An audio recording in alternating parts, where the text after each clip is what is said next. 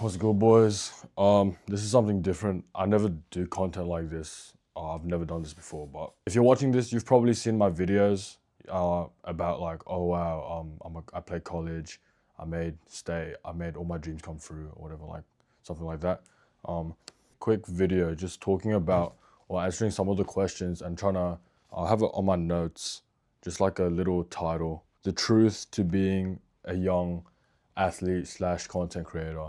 So if you're watching this again, you've probably seen my stuff beyond volleyball, Fabian Panidi, all that stuff. So I'm not gonna talk about that. I'm not gonna lie, bro. Like a lot of people know me, and it's kind of crazy if you think about it. Like I really don't have that big of a following base. I probably have like 5,000 on Beyond right now, or 6,000, and I have like 2,000 on my personal account. Um, it's not really that big if you think about it. But I feel like my reach and the niche that I've reached to, and because I'm so prevalent in like the volleyball community, it's crazy.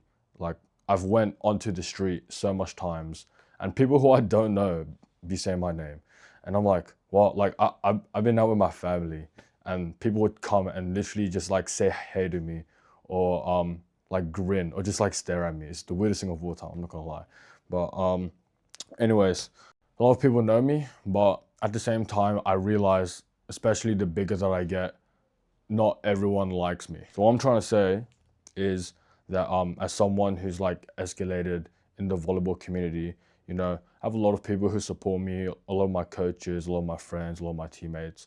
But at the same time, I have a lot of people who hate me, like freaking hate me, bro. Like it's crazy. Like I'm talking about death threats. I'm talking about like talking bad. Like it's insane. And the funniest thing is half the time they're not even from kids, bro. They are from um adults. Okay, my boss is calling me, so I'm gonna be right back. I got a phone call to pick up. But yeah, I think competing with adults in this industry and being exposed to the real world, like I started getting to this like coaching and starting my own business or coaching when I was like 16. When I was small, it was fine. No one was talking about it. But as soon as I got big, I think that's definitely when the challenges started to show up. Like it was getting bad, bro. Like a lot of my inspirations, a lot of the people that I look up to fucking hated me, bro. They hated me. Like they did not like me because I was taking their competition. And even if I wanted to work with them, if I wanted to justify why I do this, why I do that, they don't care. Because at the end of the day, you're a kid trying to enter into an adult competition, right? I mean, fair enough. I get where they're coming from. But look, at the end of the day, it's not my fault that there's a gap in the industry, and I'm trying to like find my way into the gap to make space for myself because I see that there's something missing and I'm trying to fill that gap.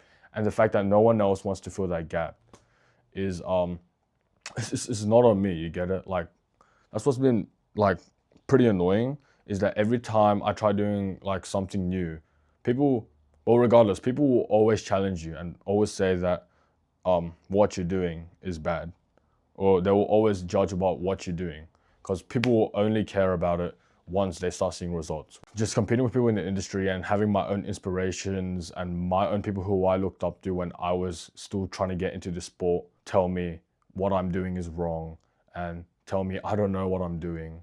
It sucks. It honestly sucks.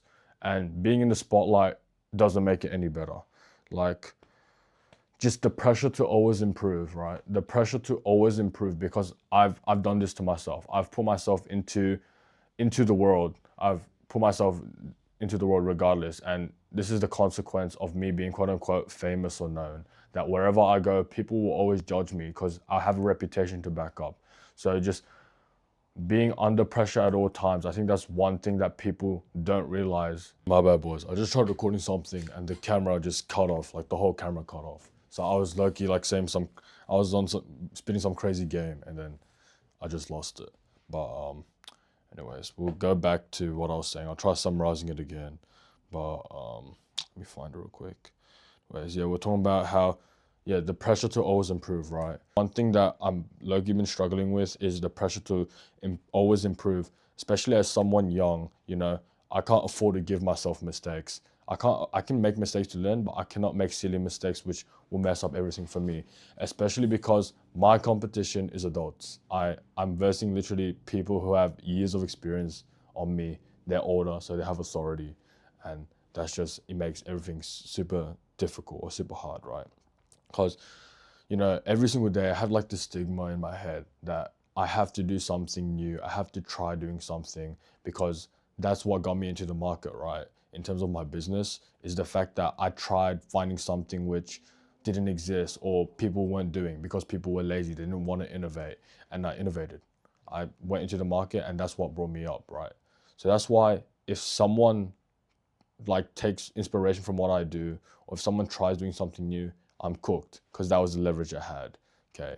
And that's the thing. That's why every single day when I do work, when I do edit, when I do train, I'm always have this stigma in my head that if I don't think of something new, if I don't try something new, if I don't do something new, I'm cooked because that's all I had going. Especially with a lot of people watching, I feel like because of this kind of standard that I built for myself, a high standard, I have to get higher than the standard that I'm already at. Anyways, last thing that I want to say is that I talk to a lot of athletes, and people manifest about wanting to be like a national player and being the best, and they have dreams of doing this and do that. What I think when I hear athletes do this, or what I think when I hear athletes say this, is that you're dreaming too fucking big. Like, you're not even like you're not even D1 level, or you're not even D2 level, D3, or new or state level. Like, I get it that you're trying to dream big, but if you're just gonna keep talking and talking and talking, then nothing's gonna happen, right? You gotta start small and take little goals to become the best. And you can't do that by manifesting. I believe manifestation is real, but it doesn't exist without action. Like, there's so much people who just yap and yap about wanting to be the best and how committed they are, but you're not doing anything, bro.